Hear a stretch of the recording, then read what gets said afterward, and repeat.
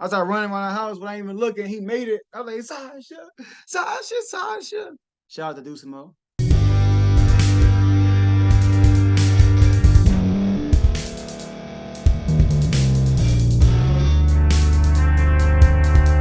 Welcome to the Joe Jordan Show. My name is Joe Jordan. I am your host today, and we're going to talk about Game 2 of the Sacramento Kings of the season versus the Golden State Warriors, the season home opener for the Sacramento Kings. That game was tough, man. That game was tough because it's the Warriors. For anybody who know me personally, I'm a big Steph Curry fan. You know, Steph Curry is making his playoff run.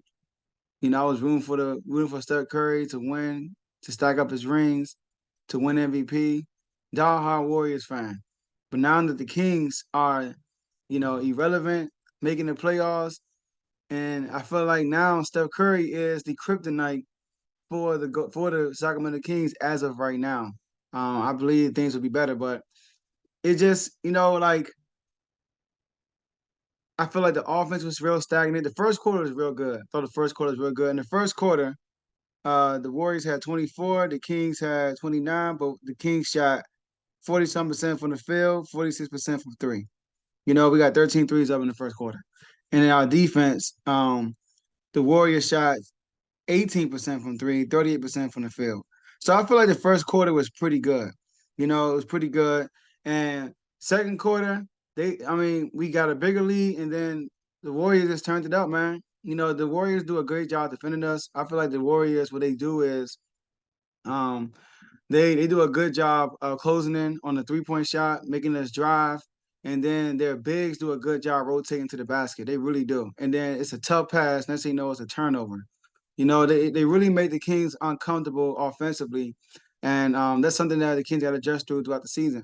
Now, as far as the Warriors offensively, they were lights out, man. They gained momentum. Like Steph Curry energized that team. Like Steph Curry was on. Second quarter, he was cooking, man. He was cooking in the second quarter. And then in the third quarter, he started cooking it, he started cooking again. And then the killer about that whole game was when Steph Curry got out the game. I think they were up by like 15 or 13 points. He got subbed out the game in the fourth quarter. And then I'm thinking like, all right, child, this is a time to go on the run. And what happened? They hit three threes in a row. Three. Three in a row. And the last one that was hit was by Klay Thompson. And when Klay hit a three, the Warriors go crazy. Steph on the sideline, high fiving the assistant coach. The assistant coach jumping in the air. They just, oh man, I'm like, come on. But then Fox started taking over. He started balling. I think he had 20, 21, 22 in the fourth quarter. My only thing with De'Aaron Fox, y'all already know, hashtag Fox MVP season. All right, Swiper MVP season. My whole thing about Fox last year was he wasted a fourth quarter to be aggressive. In a game like this, it was one play, Steph hit a three on top of the key, and he literally started dancing, and he started throwing this little. I was like, yo, I stood up and looked at the TV and said, Fox, do not let this man do this. I need you to turn up too. Don't let him do this in our home court. He over here celebrating, he all dancing and stuff. I'm like, come on, Fox. And then in the fourth quarter, Mike Brown, Fox, you know how you Foxy, we're gonna put the game in your hands, okay? Gave Fox the ball, put him in a lot of pick and roll situations, a lot of isolation situations. He was creating for himself. He was creating for others. And then Sabonis did an awesome job too. Sabonis had 19 and 18. Fox finished with 39 points. He was also efficient from the 3-point line, right? And from the field. I mean, but we need more. Like Fox could have had 50. Sometimes those are games we want to need from Fox. Like we're gonna need Fox to drop 50 for us to win. That's what superstar does. That's what they do.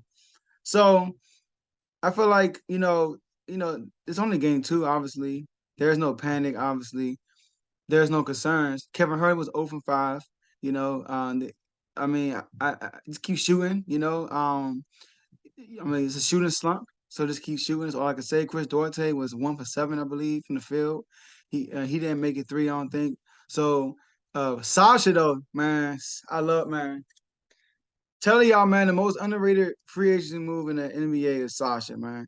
Sasha came in and hit 2 threes in like Well, the first one when he shot it, I got up. I got up from my seat and I started running around the house and I started doing this. Started doing the Malik Monk threes. I started running around the house without even looking. He made it. I was like, Sasha. Shout out to Deuce Mo. And the second one he hit, I was watching the game with my brother. He's a huge NBA fan also. And shout out to JMO. And he shot the second one contested, and I got up. I'm like, and JMO was like, oh, he a shooter for real. I'm like, I'm telling you, man. Sasha's a shooter. Malik Monk with the assist. Him and McGee in that pick and roll. Woo! I'm loving it, man. What else? Harrison Barnes. He had a good game. Decent game. He didn't overdo nothing.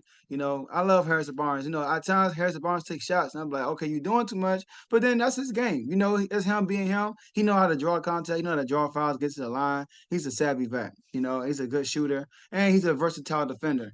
So I think he had a good game. And then let me see who else. Let me go to the stat sheet real quick. So, all right. Can we know Keegan Murray was aggressive like crazy. Keegan Murray took 11 threes, 16 shots. I'm cool with that. Sabonis had it, like I said, he had 19 and 18, did a good job, 7 assists.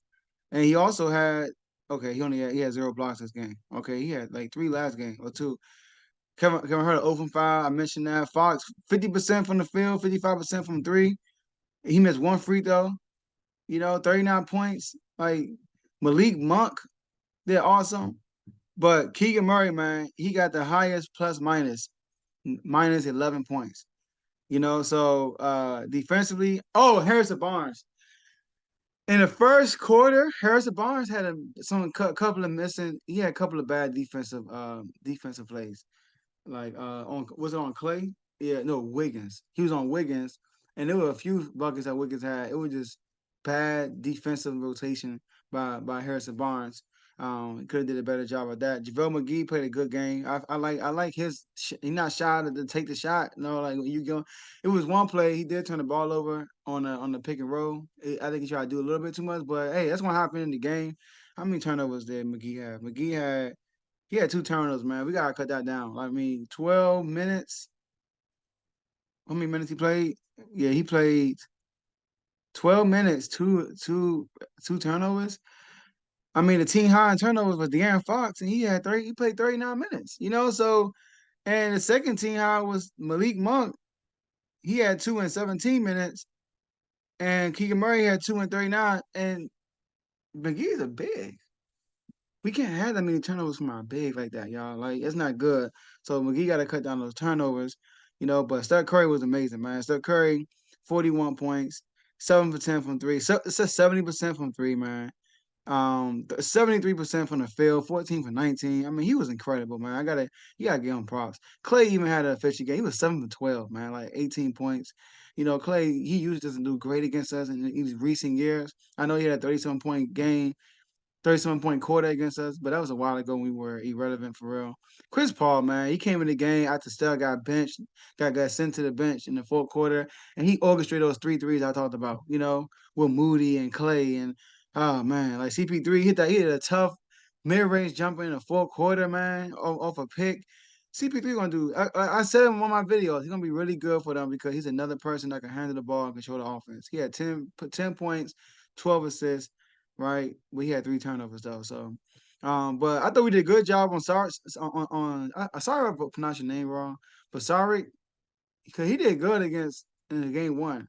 He did good in game one. He had like 4 offensive rebounds, only had 1 against us, and 4 total rebounds. But Moody, man, Moody came in and hit them clutch threes. I mean, it was a good game, entertaining. ESPN. I'm pretty sure the Kings are very respected in the NBA now. People respect them, but expect big things from the Kings. Kings, I still got them winning 60+ games. I still have Fox being a high MVP candidate. Hashtag Swiper MVP season. All right, and you're gonna see me putting that hashtag on Twitter. Well, X, sorry, and just saying it. Hashtag Swiper MVP season. All right, and but at the end of the day, I'm proud of this team of fighting in the fourth quarter. They didn't just give up. They were down big and they made it. They turned it with Fox and Sabonis turned it into how much Fox had in the fourth quarter? In the fourth quarter, De'Aaron Fox had 22 points, 7 for 30. He took That's what 13 shots in the fourth quarter. Fox, I know you're probably not listening, but if you are, when things are stagnant, I know you know this already. Who am I? All right, who am I? But maybe if you hear me say it, you're like, man, if this dude saying it, I gotta make a change. I mean, I heard this dude. Come on, and even this guy saying it. If the game is stagnant offensively, midway through the third quarter, or early in the game, sometimes you gotta put your cape on for a second and give us a spark. Cause that's what Steph Curry does. Like Steph Curry, the Warriors thrive off Steph Curry greatness. Like when Steph Curry gets it on, you go back to Game 7 when Steph Curry had 50. Everybody was bad. Clay was bad. I mean, everybody was bad that game. Wiggins, but Steph, he was cooking. And when money time came, Clay was hitting, Wiggins was hitting. I mean, I'm like Looney was getting like 20 rebounds. It's because of Steph energy, because it's offensive brilliance, man. So sometimes Fox, we need that from you early, from the jump. And that's how you were in the playoffs. In the playoffs, from the jump, you were aggressive. We need that in the regular season too. All right. So, but Fox, man, this is his year. This is gonna be his breakout year. Fox really has a chance to be the second best point guard in the league this year, like right behind Steph Curry. He really has an opportunity to do that. So we'll see. But he MVP, y'all, high MVP candidate season. I got the Kings still winning 60+ games. Got my big goal for them is to average 127 points a game while being the top 10 defense. So I think that's possible. I still like our defense. The Warriors just they was hitting a lot of jump shots too. We gotta give them credit for that. And Steph is incredible, man. He just incredible. So man, 1-1. I'm on to the next game. But that's all I have for you guys today. And I'll see y'all next episode.